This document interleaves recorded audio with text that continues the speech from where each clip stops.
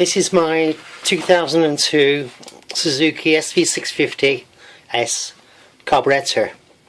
Yesterday I took it off. My plan is to definitely clean it, take it apart as much as I can and refurbish it. Usually that means changing the bolts, which are some of them damaged. They just all need changing if possible.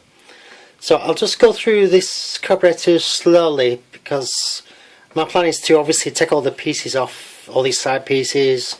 You'll see that there's two carburettors here. There's one here, one here. They actually come apart. This frame holds them together. So I've actually taken off one or two pieces already, which I'll just show you and explain them a little bit, what I know about them, what I can see. So when I took it off, I noticed that this long thing here is on the left hand side of the bike.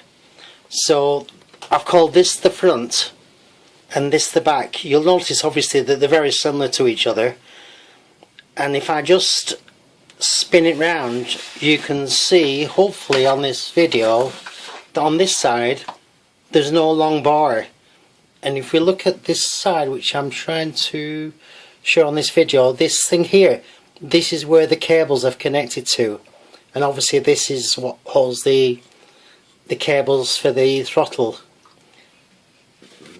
This is actually this little thing here which I've disconnected. This is the tick over control.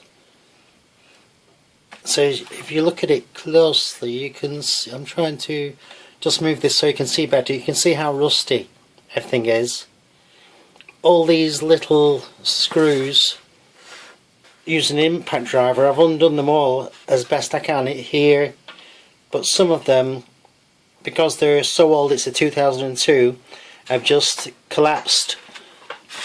So let me just turn this round. If I just turn it upside down, there's quite a lot of connections on this bike. First time I've come across this really. You'll see there's some electrical connections here. There's lots of little tubes. They're all going to be taken off. When I came home last night, I took off these. There's one here. Oops. One here, of course.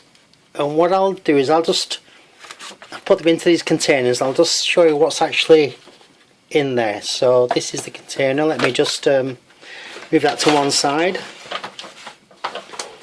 Then you can see I've got a spring. Can you see? Long spring. I've got the needle, of course, attached to the diaphragm. You can see that, hopefully. I'm not planning to disconnect this. I think it will disconnect this needle somewhere down there somehow, but I'm not sure how it all goes.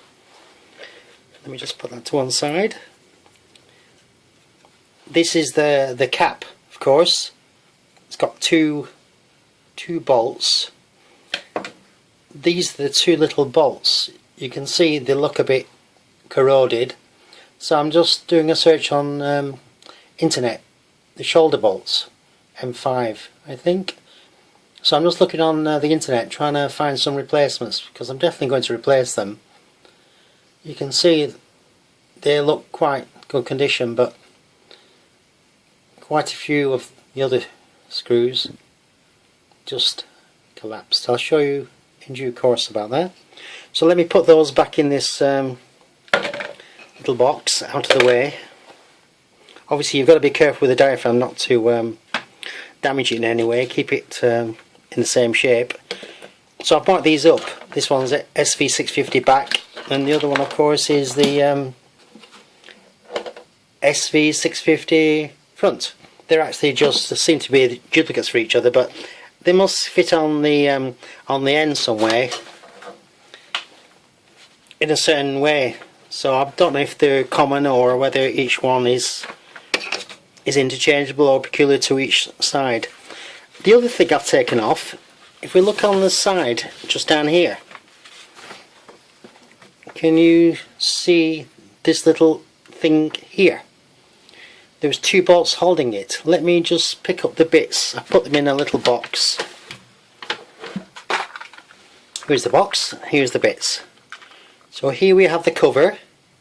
Can you see that? Inside it's like that. There's 2 screws were holding it. You can see they look like we need some new ones. I don't know, they're probably M5s or M4s or something. Got a little thingy washer down there.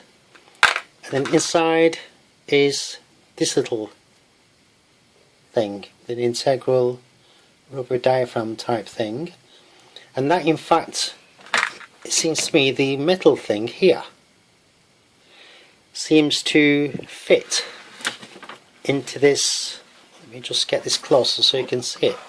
There's like a little ball bearing type thing, and it seems to me that